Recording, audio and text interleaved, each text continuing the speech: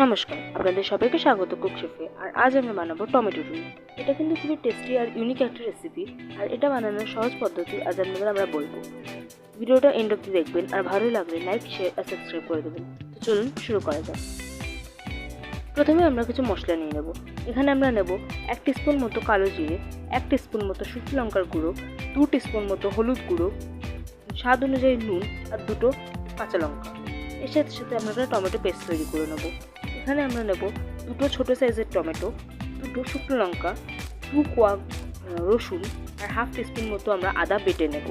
এগুলো আমরা দিয়ে ভালো করে এটাকে একটা পেস্ট তৈরি করে নেবো, আর টমেটো পেস্টটা আমরা একটা জায়গায় রেখে দেবো। এর সাথে সাথে আমরা এখানে মাছগুলো ভেজে নিয়েছি। মাছগুলো আমরা ভালো করে ভেজে নেব, তারপরে আমরা রান্নাটা শুরু করব। এখানে আমরা কড়াইতে 4 থেকে 5 টিস্পুন সর্ষের তেল দেবো, তার মধ্যে কালো জিরেটা দিয়ে দেবো।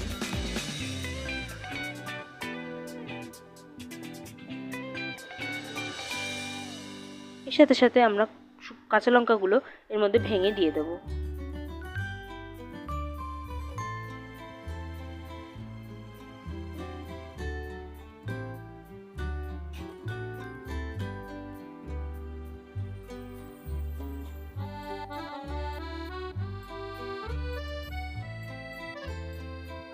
এবার আমরা এর মধ্যে যে টমেটো পেস্টটা তৈরি করেছিলাম সেটা এবার আমরা এর মধ্যে ভালো করে দিয়ে দেবো, আর তারপর এটা ভালো করে নাড়াচাড়া করে নেবো।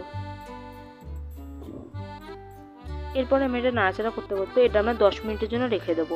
10 মিনিটের জন্য আমরা এটা হালকা হালকা নাড়াচাড়া করতে করতে এটা আমরা রেখে দেবো। 10 মিনিট পরে জিনিসটার জলটা শুকিয়ে যাবে আর জিনিসটা গায়ে গায়ে হয়ে যাবে। তার সাথে সাথে আমরা এতে সব মশলাগুলোও দিয়ে দেবো।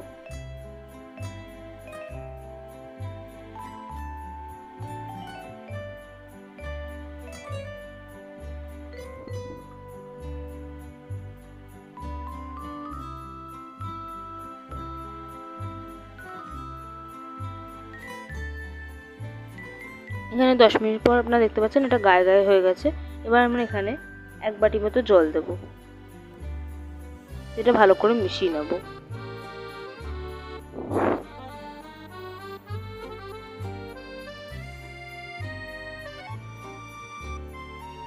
তারপর এটা আমরা 10 মিনিট মতো আবার রেখে দেব।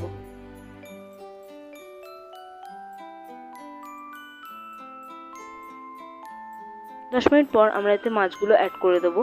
মাছগুলো দিয়ে এটা আমরা আরও 10 মিনিটের জন্য ফোটাবো।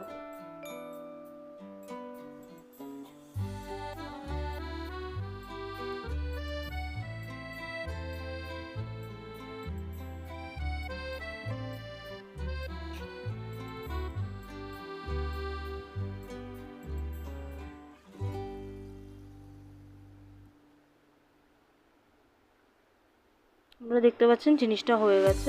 এবার আমরা এটা একটা বাটিতে ট্রান্সফার করে নেব। আমাদের টমেটো রুই রেডি হয়ে গেছে। আপনারা দেখতে পাচ্ছেন কি সুন্দর একটা কালার চলে এসেছে। এটা খেতেও খুব টেস্টি হয়। এটা খুবই ইউনিক একটা রেসিপি। আর ভিডিওটা ভালো লাগলে লাইক, শেয়ার আর সাবস্ক্রাইব করে দেবেন।